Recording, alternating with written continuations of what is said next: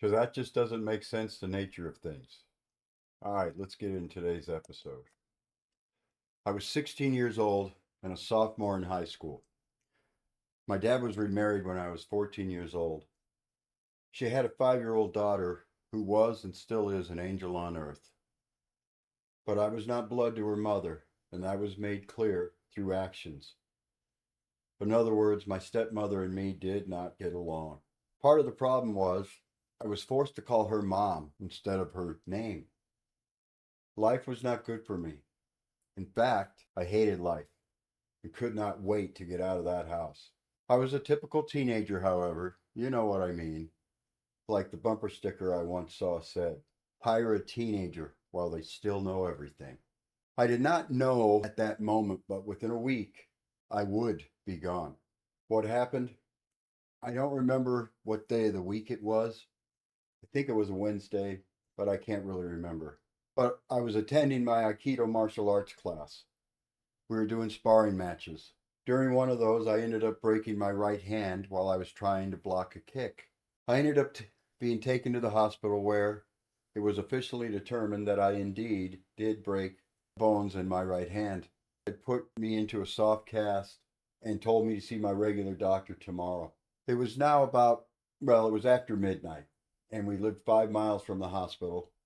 So I called my dad and asked him if he could come pick me up. His response was, I have to go to work in the morning.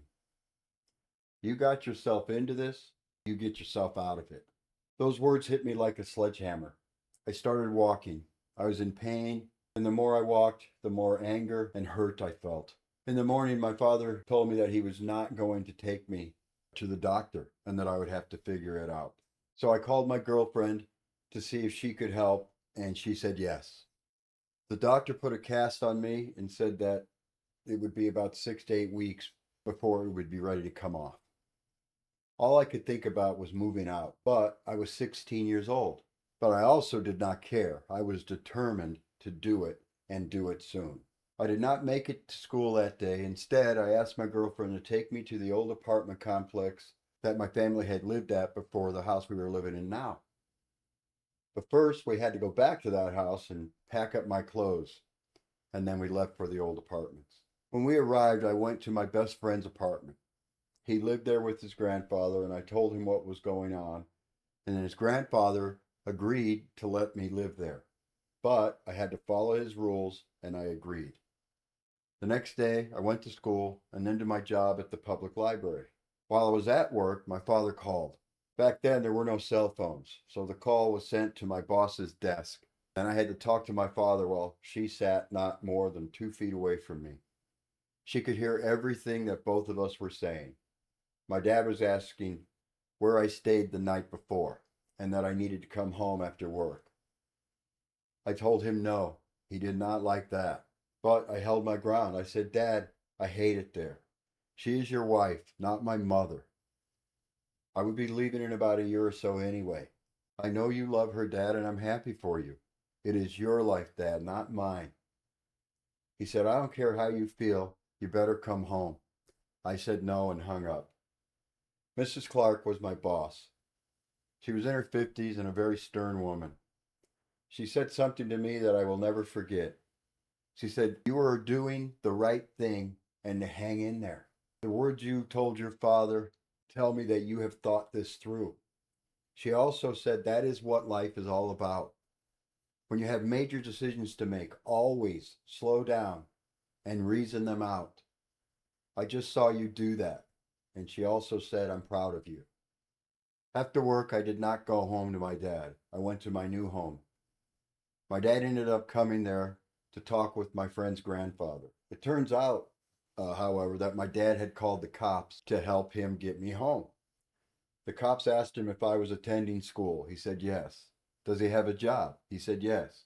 And is he living with an adult that is a guardian in the eyes of the law? And again, my dad said yes. Then the cops said, then there's nothing that we can do. My dad left, and we did not talk for a couple of weeks. We finally set up a date so that we could talk. I went to my dad's house and sat down with him. He was calm and remained that way throughout the talk. He said, you need to apologize to your mother. Inside, I was screaming. She is not my mother. But I kept those feelings inside, and I'm glad that I did because it proved to be a wise decision. I told my dad my reasoning for leaving. Dad, you love her. It does not matter how I feel about her or how she feels about me. What matters is how you feel about her. My life is just beginning, yours is not. So I thought about both of us and what would be best. I also told him I would make sure that I finished school.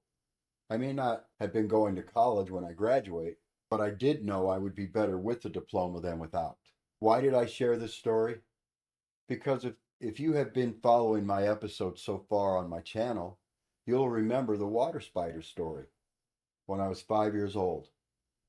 I said in that episode what I experienced at that age, that from that point on, my life had changed, but I just did not realize it at the time.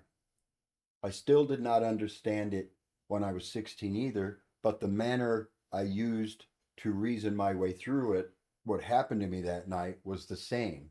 I had enough living there, being pushed away from my father, and fought more and more with my stepmother, and being told I would amount to nothing, and then considered my father and what I thought would be best for him and his relationship as well.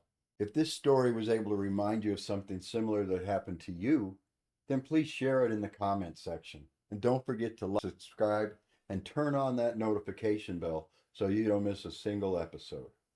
Thank you. See you on the next one.